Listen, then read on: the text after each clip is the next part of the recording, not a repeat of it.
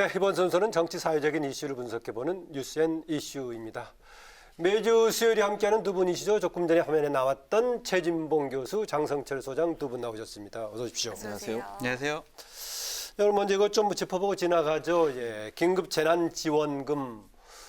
초기 거론됐을 때는 정당에 따라서 또는 여야에 따라서 입장 차이가 있었는데 최근에 와서는 계급적인 계층적인 차별 없이 전부 다 지원해야 된다. 다만 지금 재원 마련 방법이라든가 규모의 차이 정도만 있는 것 같아요. 그렇습니다. 전 국민에게 동일하게 지급하자라는 것에는 어느 정도 이제 의견 접근이 이루어진 것 같은데 사실 이제 이 문제가 처음 얘기됐을 때만 해도 통합당 입장에서 반대를 했었죠. 현금용 총선용 현금 살포다 이렇게 하면서 강력하게 비판을 했었고 재정 건전성에 문제가 생길 수 있다는 문제를 제기하면서 아주 부정적인 입장을 보였는데 정부가 어쨌든 그 4인 가족 기준으로 70% 하위 70% 이하에 있는 분들 100만 원씩 지급하겠다고 하니까 전체적으로 여론이 긍정적으로 돌아서고 그러다 보니 총선에 악영향이 될 것을 우려해서 통합당도 이제 더 선제적으로 더 많이 주자 이렇게 한 거죠. 1인당 50만 원을 주자 이렇게 된 4인 가구 때문에 4인 가구 같은 경우에는 200만 원이 되는 거죠. 네. 그러다 보니 예산이 더 많이 들어가게 됐는데 결국 이제 총선을 앞두고서 여야 모두 다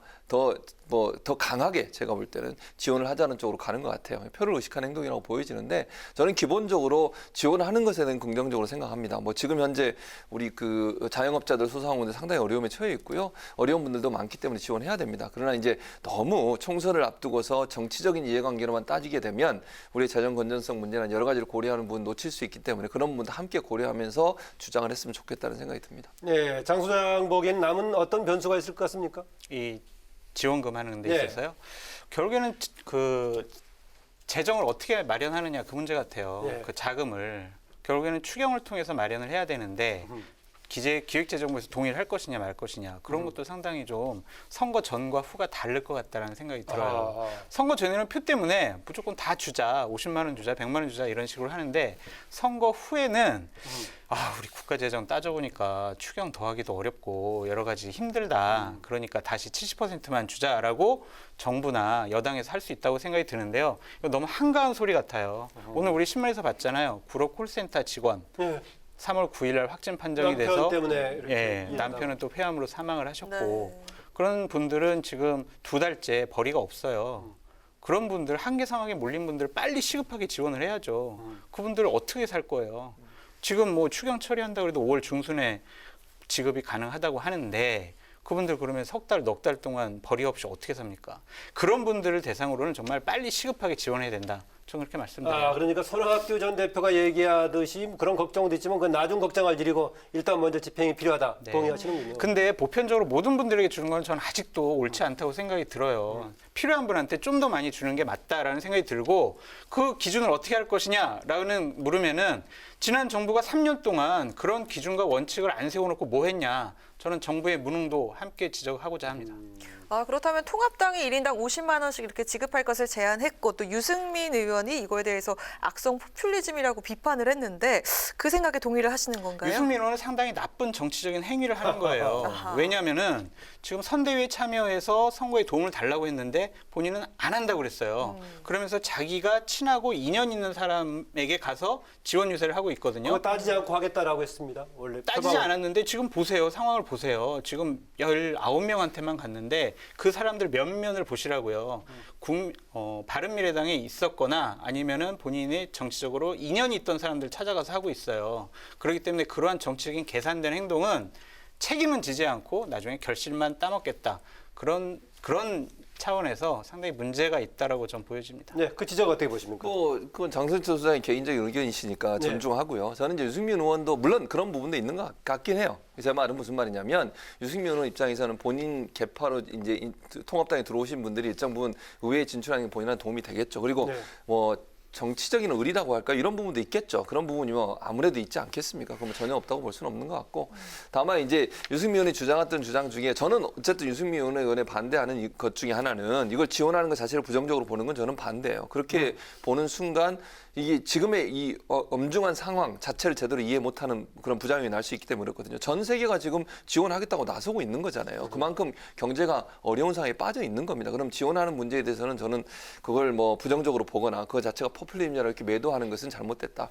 다만 재정 건전성 문제를 좀 고민해봐야 된다로 하는 관점에서 본다고 하면 네. 일정 부분 우리가 고려할 필요는 있다. 그러면 전체적으로 보면 지원하는 것에 대해서는 저는 뭐 전적으로 해야 된다고 보지만 네. 그것이 우리 경제 여러 가지 뭐 장성철 소장도 얘기했잖아요. 이게 나중에 선거 끝나고 나면 이제 책임 공방으로 가요. 누가 그럼 그때 또 딴 얘기하고 이럴 수 있거든요. 충분히 그런 부분들을 함께 고려하는 건 필요하다고 봅니다. 큰 흐름은 그 방향으로 가되 그런 점을 좀 짚어주는 것도 전혀 무용하진 않다라고 그렇죠. 예, 보시는 그렇게 그런 볼 수 있을 것 입장이군요. 같습니다. 네. 코로나 관련 얘기를 조금 더 해보죠. 지금 이제 코로나19 관련해서 최근에 너무 또 오래 끌다 보니까 사람들이 지치기도 하고요. 또 한편으로는 느슨해지기도 해가지고 지금 오히려 이 부분 때 잘해야 된다 해서 지금 자가 경제자들 이탈도 나오고 하니까요. 예, 그렇습니다. 잘해야 된다 하는 차원에서 지금 이제 한때는 전자 팔찌라고 불렀는데 손목 밴드라고 예. 하는 얘기를 하고 그렇죠. 있는데 왜냐면 필요하다고 보십니까? 저는 일정 부분 필요하다고 봐요. 근데 이제 문제는 이게 인권 침해 문제가 생겨가지고 논란이 되고 있거든요. 그래서 저도 참 이거를 어느 정도로 하는 것이 맞을지 고민이 정말 됩니다. 이게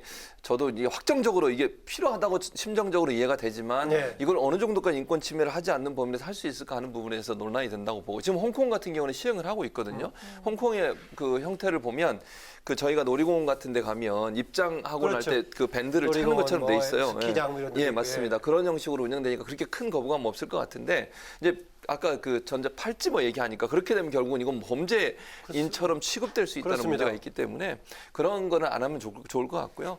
다만 이름도 어제부터는 보니까 정부에서도 뭐 손목 예, 밴드 이런 식으로 맞습니다. 예. 바꾸더라고요. 그 이제 동의를 받아서 할 거냐. 근데 만약에 동의를 안 하는 사람은 어떻게 할까 이런 문제가 발생하게 되는 것이거든요. 근데 만약에 동의를 받고 하게 되면 안 하는 분들 같은 경우 허점이 생기기 때문에 이걸 전체를 안 할 경우는 효과가 반감될 수밖에 없고 그런 상황이기 때문에 고민이 되고 그래서 아마 행안부에서도 이 문제를 결정을 못 하는 것 같아요. 어제 이제 회의할 때도 행안부 복지부 다 모였는데 보건복지에서 가장 강하게 반대를 했다고 합니다. 야. 그래서 좀 고민을 더 해야 된다고 저는 봐요. 지금 상황에서 단정적으로 할 수 있다 없다를 이 결정 짓기가 왜냐하면 지금 많으면 앞으로 9만 명까지도 이게 자가격리가 이루어질 가능성이 있거든요. 그렇게 많은 예. 사람들한테 모두의 어떤 그 불만을 다 커버하면서까지 할 수 있을까에 대한 부담이 좀 있습니다, 사실. 이거는 고민할 필요도 없습니다. 이것은 법상 안 돼요. 이건 전자장치 부착법이라고 있어요. 예. 거기에서 전자장치를 부착할 수 있는 것은 미성년자 관련된 범죄, 성폭력 문제, 그다음에 살인 문제. 본인이 동의하더라도 그렇습니까? 그렇습니다. 이렇게 돼가지고 이것은 검사가 청구를 해가지고 법원에서 명령을 해야지 전자 발찌를 착용시킬 수가 있어요.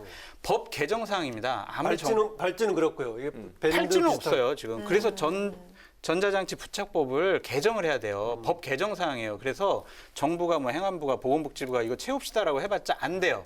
그러니까 우리 확진자의 동의를 받아서 채우자라고 하는 건데 동의 안 하면 못 채워요. 그러니까 뭐 인권 문제다, 이거 뭐 빨리 해야 된다 이런 차원의 문제가 아니라 법상 안 됩니다. 이건 사회적인 논쟁을 할 필요도 없어요 지금. 네. 이제 총선 얘기해 보죠. 지금 총선 여야가 지금 딱 오늘 일주일 남은 거 아닙니까? 네. 막판에 지금 집중적으로 기세를 올려야 되는 상황들인데요. 보니까 통합당에서 현재 지금 여당에서 조국 살리기 하고 있다. 경제 살리기에도 지금 급할 때인데 하면서 이것을 살짝 하는 정도가 아니라 상당히 집중적으로 하고 있더라고요. 어떤 배경입니까? 지난 8월 이후에 조국은 정의롭지 못하다, 공정하지 못하다. 그러한 그 상징이 돼버렸어요. 국민들의 분노를 많이 일으켰고요. 지금 코로나19가 지금 모든 선거 이슈를 뒤덮는 이 상황에서 자꾸 옛날 얘기를 꺼내는 수밖에 없을 것 같아요. 경제가 어려워요. 그랬더니 코로나19 때문에 경제가 어렵지. 전 세계가 더 어려운데 우리나라는 그동안 선방하는 거야 라고 얘기하니까 더 이상 경제 이슈도 먹히지가 않아요. 그러면은 결국에는 이 조국 사태를 가지고 정의롭지 못한 정권이다. 결국에 총선에서 민주당이 이기면 조국을 살릴 것이다라고 할 건데 이것은 열린민주당이 먼저 꺼냈어요. 최근에 전 쟁점이 될 소지가 있었습니까? 그러니까? 그렇죠. 그러니까 최강욱 공직기강 비서관 같은 경우에 이제 선거 끝나기만 해봐라. 윤석열 총장이 공수처 제1호 수사 대상이다라고 먼저 포문을 열었습니다. 그걸 가지고 이제 미래통합당에서 결국에는 당신들은 조국 살리려고 지금 선거를 승리하려고 하는 거 아니냐 이런 식으로 공격하고 있는 상황이죠. 예. 그렇게 하면은 유권자들에게 조금 먹혀들 것 같습니까? 결과적으로 선거에 좀 통합당한테는 도움이 될 것 같습니까? 저는 제한적이라고 봐요. 왜냐하면 그런 논리에 먹힐 수 있는 사람, 물론 뭐 제가 이제 이렇게 판단할 수는 있을 것 같아요. 20, 30대를 향해서 예컨대 중도층에 있는 사람들을 향해서 공정하지 못한 사회라고 하는 부분을 부각시키기 위해서는 조국 전 장관 프레임을 다시 끌어들이는 게 통합당에 도움이 될 수 있겠죠. 그러나 네. 지금처럼 진영 논리로 만약에 이렇게 양 진영으로 여야가 거대 양당이 표를 완전히 분산시키는 상황이라면 이게 제한적으로 역할을 할 수밖에 없는 상황이 될 거라고 봅니다. 무슨 말이냐면 더불어민주당 같은 경우에는 선을 완전히 긋고 있어요. 조국 전 장관 문제에 대해서는. 그걸 끌고 나오는 것 자체에 대해서 부정적인 생각을 갖고 있고, 네. 그러니까 아까 이게 장세수 선생님이 얘기했듯이 열린민주당은 저 다른 차원의 문제예요. 여기는 더불어민주당과는 연관이 없는 당으로 지금 더불어민주당은 선을 긋고 있잖아요, 자꾸. 그런 부분이 부담스러울 수밖에 없는 것이기 때문에 그렇다고 보여지기 때문에 네. 더불어민주당이나 아니면 이제 더불어시민당 같은 경우는 조국 전 장관 프레임 자체를 자꾸 선을 그어요. 그런 상황이라고 보면 통합당은 이걸 끌어와서 어떻게든 연결을 시켜보려고 하고 더불어민주당은 이걸 연결을 끊으려고 하는 상황이기 때문에 조국 전 장관을 옹호하거나 보호하거나 이럴 의도도 저는 없다고 봐요, 기본적으로. 그렇기 네. 때문에 이거는 제한적으로 영향을 미칠 수는 있겠지만 그 영향이 크지 않을 거라고 봅니다. 이런 통합당에 대해서 더불어시민당은 이 와중에 조국 말고는 할 얘기가 없는가 이렇게 메시지를 내놨는데요. 네. 열린민주당과의 차별성을 부각하기 위한 포석이 깔려 있다는 분석이 나오는데요. 그것도 가능하다고 봐요. 제가 지금 방금 말씀드린 것처럼 열린민주당을 지금 장성철 소장도 그렇게 공격을 하시잖아요. 네. 열린민주당이 그렇게 얘기해서 이게 조국 프레임이 나왔다고 얘기하시는 거니까 네. 더불어민주당이 여기에 연합돼 버리면 같이 공격을 받아요. 그럼 전혀 다른 차원의 문제다. 이거는 다른 당이다고 얘기를 하는 거예요, 결국은. 그러니까 열린민주당에 계시는 분들이 조국 사태 때 어쨌든 이제 조국 전 장관에 대한 긍정적인이나 옹호적인 어떤 얘기나 발언을 한 분들이 계시기 때문에 그런 이미지가 부각되면 부각될수록 더불어민주당에서 엄청나게 부담이 될 수밖에 없어요. 그리고 선거에 전혀 도움이 안 돼요, 지금 상황에서. 그러니까 이거는 선을 그을 수밖에 없는 상황이고 열린민주당과의 차별화를 통해서 비례대표에서도 비례대표 의석도 일정 부분 또 더불어시민당에 더 많이 끌어올리는 의도가 있다. 왜냐하면 부담이 될 수밖에 없는 상황에서는 선을 그어야 된다. 그것만이 총선에서 좀 더 유리한 위치에 갈 수 있는 방향으로 생각을 하는 거죠. 장 소장은 공격한 겁니까? 분석한 겁니까? 분석이죠. 제가 뭐 평론가인데 공격을 하겠습니까? 그러니까 불리한 이슈는 거기에 발을 안 담그는 게 좋아요. 그러니까 민주당으로서는 상당히 현명한 처신을 하고 있다라고 보여지는데 집권 여당으로서는 상당히 무책임한 모습이다라고 말씀드려요. 네. 안철수 대표 그 라임 사태는 금융감독원 관계자, 청와대 관계자까지 연루 의혹이 있는 역대급 금융 사기 사건이다.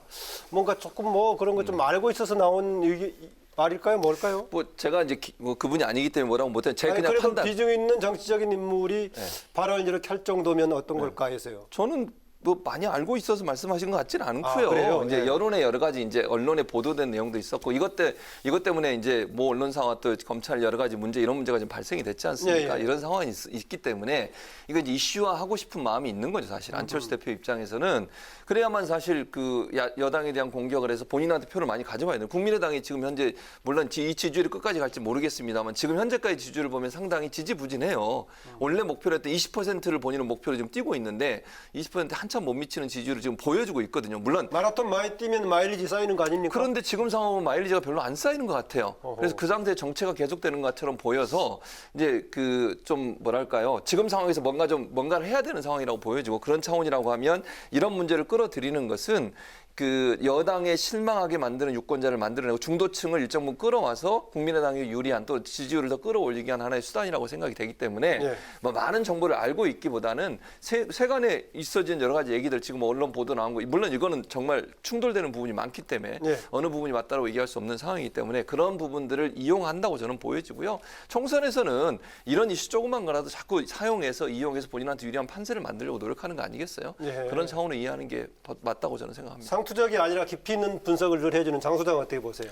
이거는 뭐 어차피 검찰 수사를 해야 되는데 여러 가지 하여튼 이상한 그리고 나쁜 그러한 일들은 정황은 있어요. 청와대가 개입돼 있다라든지 다른 어떤 금융계 인사가 개입돼라든지 또한 유시민이라는 분이 개입돼라든지 이런 것은 우리가 앞으로 더 밝혀야 될 부분인데 이게 모든 법과 규정이 사람에 따라서 좀 잣대가 달라지면 안 좋을 것 같아요. 아하. 그러니까 알 권리 공개 요청했던 부분도 있던데. 그렇죠. 그러니까 형사사건 공개 금지 규정이 작년 12월 1일 날 예. 그것이 이제 발효가 됐는데 그것은 이제 검사랑 언론이랑 만나지 말아라. 사건 브리핑하지 말아라. 그다음에 포토라인 세우지 말아라. 이러면서 인권을 보장한 부분인데 이 부분을 안철수 대표가 공개해야 된다라고 하는 것들은 너무 인위적으로 사람에 따라서 법과 규정의 잣대가 달라진다라고 오해받을 수가 있습니다. 그러니까 나중에 자신들이 좀 능력이 되면 선거 후에 개정안을 내서 이 부분은 바꿔라. 그렇게 무책임하게 주장을 하지 말아라라고 말씀드리고 싶어요. 한마디만 저기가 네. 덧붙이 네. 언론을 만나지 말아라 이렇게 얘기한 건 아니고 공식적인 브리핑을 통해서 언론과 접촉하라는 얘기였고요. 기자를 접촉하지 말라고 그랬어요. 그러니까 기자를 접촉하는 검사와- 문제 때문에 네. 그러니까 그 문제가 지금 이번에 논란이 됐던 모 언론사 기자와 검사 그 피해자라고 얘기하는 분 이분들 녹취가 결국 나온 부분 있잖아요. 그게 네. 사실인지 아닌지 제가 잘 아니, 그 모르겠습니다. 검사 본인에 대한 확인 아직 안 됐죠. 안 돼 있죠. 네. 그러나 그 내용을 보면 마치 언론사 기자가 검사를 이용해서 누군지 모르겠지만 그런 부분을 만들려고 하는 정황이 보이지잖아요. 이게 사실은 물론 그 한 언론사의 한 사람의 일탈일 수도 있어요. 그건 잘 모르겠습니다. 제가 그러나 그런 여러 가지 형태들이 있기 때문에 언론사 기자가 검찰과 연관돼서 어떤 그 사건을 만들어내고 조작까지 할 수 있는 그런 여지가 있는 부분들은 우리가 고민해볼 부분이라는 생각이 들어요. 그거를 교수님께서 접근했던 기자가 어떤 잘못이 있는 것 같다라는 식으로 말씀하시는 건 좀 위험한 것 같아요. 그러니까 그거를 보도한 언론사가 또 다른 음모를 갖고 있지 않았느냐라는 그런 의혹도 있거든요. 그렇기 때문에 그 부분은 우리가 좀 더 지켜봐야 되고 좀 말을 조심해야 될 부분인 아니 것 조심하는 같아요. 문제가 아니라 녹취록이 공개된 내용을 보면 그 녹취록의 내용에는 뭐 거짓말이라도 되니까 일단 얘기하라는 식의 말투가 있어요. 그 안에 녹취록에. 그게 사실인지 아닌지 내가 잘 모르겠어요. 그러나 그게 사실이라고 하면 언론사 기자가 검사를 어떤 이용해서 누군지 모르겠지만 그분을 이용해서 그렇게 하는 것 자체는 언론 윤리에 엄청나게 어긋나는 행동이에요. 그럼요. 그런 그건데 이제 그러한 녹취록을 하도록 혹시 다른 언론사 측에서 사주하지 않았느냐라는 그런 의혹도 있으니까 같이 저는 봐야 된다. 이 부분은 좀 조심스럽다라고 말씀드려요. 네, 선거를 앞두고 또 여야가 일제히 설화에 휘말렸는데요. 먼저 민주당 윤호중 사무총장이 통합당 김종인 위원장을 돈키호테에 비유를 했고 또 황교안 대표는 에마, 박형준 위원장은 시종이라고 이렇게 말을 했는데요. 이거에 대해서 어떻게 생각하시는지 먼저 장 소장님. 지금 정치권이 막말 경연 대회를 하고 있습니다. 지금 이제 하다 이제 사람을 동물의 말에 멋있는 비유라고 비유했는데 봅니까? 막말이라고 보십니까? 막말이죠. 어허. 저 말 들으면 눈살이 찌푸려지지 않아요? 기분이 나빠지고. 그거는 막말이고요. 비유를 하려도 좀 멋있게 해야지. 지금 정치인들이 선거를 앞두고 멋있게 비유해가지고 좀 득점하려고 하는데 비유하다 보면 사고 나요. 여태까지 막말 해가지고 논란된 거 보세요. 다 비유를 잘못해서 그런 것이거든요. 고소까지 했는데 명예훼손 경계선에 있다고 보세요? 아유, 그 원장님을 지금 MI 비유하면은 원장님 고소 안 하시겠습니까? 이거는요 상당히 문제 있는 발언이에요. 물론 윤호중 사무총장은 무고죄로 고소한다고 했지만 이렇게 선거를 앞두고 국민들의 눈살을 찌푸리게 하는 말들을 당 지도부에 있는 분들이 하는 것 자체가 잘못됐다. 저는 그렇게 말씀드려요. 네, 윤호중 총장은 맞고소까지 했는데 어떻게 보십니까? 그럼 법원의 판결을 지켜봐야죠. 어떻게 나올지는 두고 봐야 된다는 생각이 들고요. 어쨌든 저도 이런 표현 자체는 그렇게 적절하다고 보진 않아요. 다만 이게 막말 수준이 하는 부분은 이제 평가의 방법은 다르다고 보여지는데 저도 기본적으로 어떤 말을 할 때는 그 뭐 비판을 할 수 있고 어떤 사람에 대해서 문제를 지적할 수 있지만 그거 자체가 상대방을 정말 좀 비하하는 듯한 표현을 쓰지 않았으면 좋겠어요. 그러나 이제 이런 부분들이 어떤 형태로 들어올지는 이제 상대적인 효과가 있다고 생각이 들거든요. 그래서 뭐 동물에 비유했다고 했으니까 그런 부분들은 저도 적절하지 않다고 보지만 이게 정말 큰 문제가 있는 막말이냐 하는 부분에서는 평가는 달라질 수 있다는 생각은 듭니다. 예, 그 막말, 거친말, 실언 관련 지금 파문은 통합당이 좀 큰 것 같습니다. 그렇죠. 김대호 후보에 이어서 오늘 또 차명진 후보까지 당에서 네. 제명 조치를 네. 지금 한 상황인데요. 이거 좀 어떻게 저는 봐야겠습니까? 김대호 후보도 정말 큰 문제지만 그런 발언, 그러니까 나이 많으신 분들을 장애인으로 비유한 건 정말 잘못되고 그것도 정말 비난받아 마땅하지만 본인은 그런 취지가 아니었다라고 그렇게 얘기하는 얘기하시죠. 거죠. 예. 그러나 어쨌든 이제 그 말이 가져올 수 있는 파장을 생각하면 저는 정말 부적절하고 그리고 본인이 30, 40대에 대해서 얘기한 것 때문에 이미 논란이 됐었잖아요. 네. 한번. 그럼 다음 발언할 때는 정말 조심했어야 돼요. 그런데 어떻게 또 이런 논란이 될 수 있는 발언을 또 할 수 있을까? 이건 좀 이해가 안 되는 부분인데 차명진 지금 후보의 발언은 이거보다 저는 몇 배가 더 문제가 있다고 생각해요. 그런 단어를 그것도 선관위가 주최하는 공식 토론회입니다. 그 토론회에서 다 녹화가 되고 방송이 나는 걸 알면서도 이런 단어를 쓰는 것 자체가 정말 저는 부적절하다고 생각해요. 그 이 사실관계가 정확히 어떻게 되는지 잘 모르겠습니다만 그렇다 하더라도 사실관계가 전체적으로 세월호 유가족이나 아니면 자원봉사자들의 명예를 실추할 수 있는 말이라고 저는 보여지거든요. 이 말 자체가. 네. 그러면 이 말에 대한 그 표현을 했을 때 이게 어떤 역풍이 들어올지를 생각하지 않고 얘기하는 건지 그리고 차명진 후보 같은 경우 잘 아시는 것처럼 예전에도 이미 세월호 사건 때문에 엄청난 비난을 받고 본인도 사과하고 나중에 물론 입장 또 바꿨습니다만 당 지도부까지 사과했었어요. 그 말 때문에 찜쪄 먹고 뭐 이런 말들을 해서 논란이 됐었는데 지금 거기에 대해서 이보다 더 심한 말을 해서 제 입으로도 옮길 수 없는 말을 했어요. 그런 말을 했다고 하는 것은 정말 부적절할 뿐만 아니라 이거는 비판받아 마땅하다는 생각이 듭니다. 예, 그런 이제 상당히 제명이 이미 등록한 후보를 제명을 통해서 이제 무효화시켜 버리는 굉장히 강한 처방인데 네.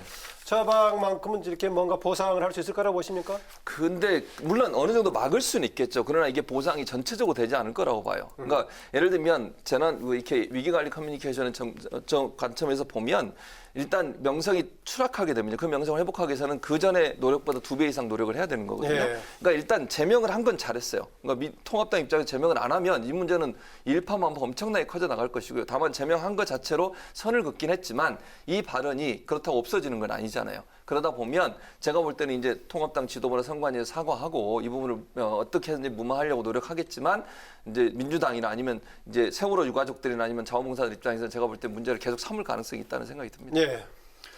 세월호는 성역이에요. 그 자식을 잃은 부모의 심정. 저도 막 눈물이 났던 게 뭐냐면요. 그 침몰하는 배 안에서 휴대폰을 보면서 막 부모한테 문자 보내고 막 그런 거 생각하면 막 지금도 막 눈물이 나려고 하는데 그런 부분들에 대해서 아무리 그분들이 부적절한 행위를 했다고 의혹을 받더라도 이것은 꺼내서는 안 될 우리들의 깊은 상처잖아요. 이것은 차명진 후보가 정말 잘못했다고 생각이 들고요. 김대우 후보 같은 경우에는요. 저분은 선출직 공직자로서 기본 자세가 안 돼 있어요. 본인이 30, 40대 그다음에 나이 드신 분들을 상당히 비하하는 발언도 하고 폄하 발언을 했잖아요. 그 부분에 대해서 본인은 반성을 하질 않아요. 그냥 해명을 해요.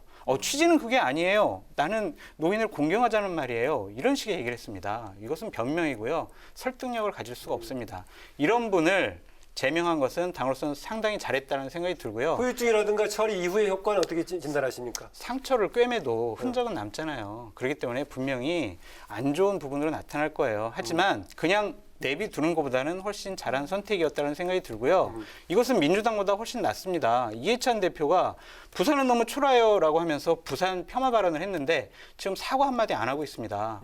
그리고 윤호중 사무총장은 황교안 대표를 애마로 비유했는데 그 부분에 대해서 내가 뭐 잘못했냐라고 하면서 무고죄로 지금 오히려 고소를 해요. 본인들도 잘못했으면 사과를 해야죠. 잘못한 건 잘못한 거예요. 왜 그걸 항변을 하냐고요. 국민들은 이런 거에 분노하는 겁니다. 그럼 후속 조치는 지금 뭐 통합당이 좀 잘했다라고 보는 그럼요. 깨끗하게 사과하고 뭐 잘못된 부분들을 제거한 것은 훨씬 잘한 선택이다라고 저는 보여집니다. 네. 네. 자, 마지막으로 총선이 다가오면서 당사자인 후보 못지않게 후보 가족의 유세 경쟁도 달아오르고 있는데요. 먼저 최 교수님은 네. 가장 눈에 띄는 지원 유세 어떤 거였습니까? 뭐 저는 고민정 후보하고 오세훈 후보예요. 두 분이 지역구에서 각각 가족들을 같이 대동을 했어요. 고민정 후보 같은 경우는 남편이 나와서 시인, 예, 맞습니다. 그분과의 러브 스토리 잘 아시는 것처럼 상당히 감동을 주는 그런 네. 스토리거든요. 강은흠 앵커도 잘 아시겠지만 네. 그러다 보니까 그게 이제 사람들한테 감동을 주는 거죠. 그러니까 또 남편이 몸이 안 좋으셨잖아요. 그 부분을 이제 계속 도우면서 했던 그 러브 스토리가 상당히 사람들한테 잔잔한 감동을 주는데 그런 부분들이 어필이 됐었고 오세훈 후보는 딸이 또 연예계에 일하시는 분이세요. 그래서 네. 그분이 나오셔가지고 또 함께 응원해주고 이것도 참 보기 좋았고 또 눈에 띄는 분이 최재성 후보의 아들이 노래하는 가수예요. 네. 이분이 또 나와서 직접 하고 이런 부분 그렇죠. 보면 정말 가족 모두가 동원이 돼서 선거를 위해서 뛰는 모습이 긍정적으로 보이고요. 저는 네. 저렇게 함께 행복한 모습, 단란한 모습을 보여주는 것도 유권자들에게 긍정적인 평가를 받을 거라고 봅니다. 네, 자 소장님. 저는 막 이렇게 눈물겨워요. 그 가족들이 특히 심은하 배우 같은 경우에는 네. 한 번도 현장 유세에 나온 적이 없어요. 그랬죠. 그동안에는. 네, 그냥 2016년도에는요 개표 방송 때 잠깐 실내에 앉았다가 한 10분의 자리를 떴거든요. 지금 이렇게 나온 것은 이제 급하다는 생각인데 이것들은요 지역에서 상당히 눈길을 끌고 호기심, 그다음에 그것이 인지도 상승과 그다음에 지지도로 연결될 수가 있어요. 솔직히 뭐 죄송하지만 심은하 보러 갈래, 강아랑 앵커 보러 갈래 했을 때 죄송합니다. 저는 심은하 배우를 보러 가겠어요. 배신하시네요. 네, 아니 그동안은 그렇게 얘기해요. 당연히 앵커는 하고 이제 다르신데요. 수요일 날 이제 뵐 수가 있으니까 그러니까 그 정도로 분명히 지역에서는 파급 효과가 있을 거라고 수요일에 보여지고요. 알아야겠습니다. 하여튼 눈길을 끌 수 있으면 뭐든지 후보들은 할 거예요. 그런 점에서 그렇게 나와서 유세에 참여하는 가족들 대단하다. 박수 쳐드리고 싶습니다. 네. 네. 오늘 뉴스엔 이슈는 여기서 마치고요. 네. 다음에는 선거 날이 예, 되겠네요. 맞습니다. 네. 선거 그때, 당일날 예, 개표 방송하는데 저희가 같이 와서 예, 또 그때 뵙기로 하고요. 열심히 저희가 듣겠습니다. 예측을 해가지고 그때 만나 이렇게 해야 되지 않을까. 장성철 그럴까요? 소장은 네. 예측의 그 정확도 적중도는 떨어지기 그러면요 10초 이내로 큰 덩어리를 한번 예측해 보십시오. 저는 145개로 미래통합당이 제1당이 될 거라고 예측해 봅니다. 저는 반대로 145는 아닌가 130개 이상으로 민주당이 이길 거라고 봅니다. 뭐 이제 일주일 이 자리에서 딱 다시 한번 확인할 네. 테니까요. 네, 오늘 수고하셨습니다. 네, 감사합니다. 되겠습니다. 네, 지금까지 최진봉 성공회대 교수 또 장성철 공감과 논쟁 정책센터 소장과 함께했습니다.